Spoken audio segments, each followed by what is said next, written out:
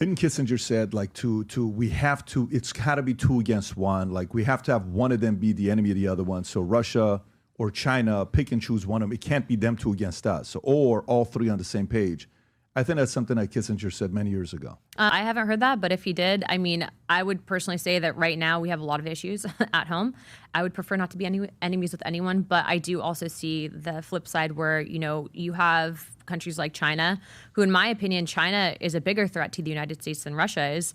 China engages in bot farms. They're brainwashing our youth. You saw what happened with TikTok, the private data mining. I mean, I would not be surprised if they had different programs to track people's potential to potentially eliminate those people in the future if they think that they're going to be a threat to the rise of China. I mean, I think it's definitely a problem. And then we're seeing the foreign funding tie where China's actively engaging in the civil unrest in this country. And we actually tracked that down to, I called them the Timu riots, but those ICE riots that you saw happening where these people were walking out with these brand new, you know, unfolded Mexican flags. Well, why was it not a Honduran flag? Or, you know, why is it specifically Mexico? And it's because the largest voting minority in this country right now, starting in 2016 onward, is Hispanic Americans of Mexican descent.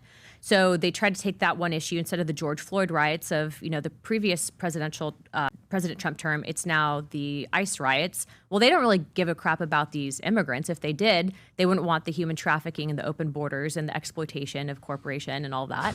But it gets into a very big issue when you have these billionaires that are foreign agents, not registered, funding these riots that are getting violent. And then obviously it goes into even what happened with the armed queers of Salt Lake City. They were also funded by Neville Singham, who is funding these ICE riots. And we know that potentially they're being investigated for having connection to the assassination of Charlie Kirk.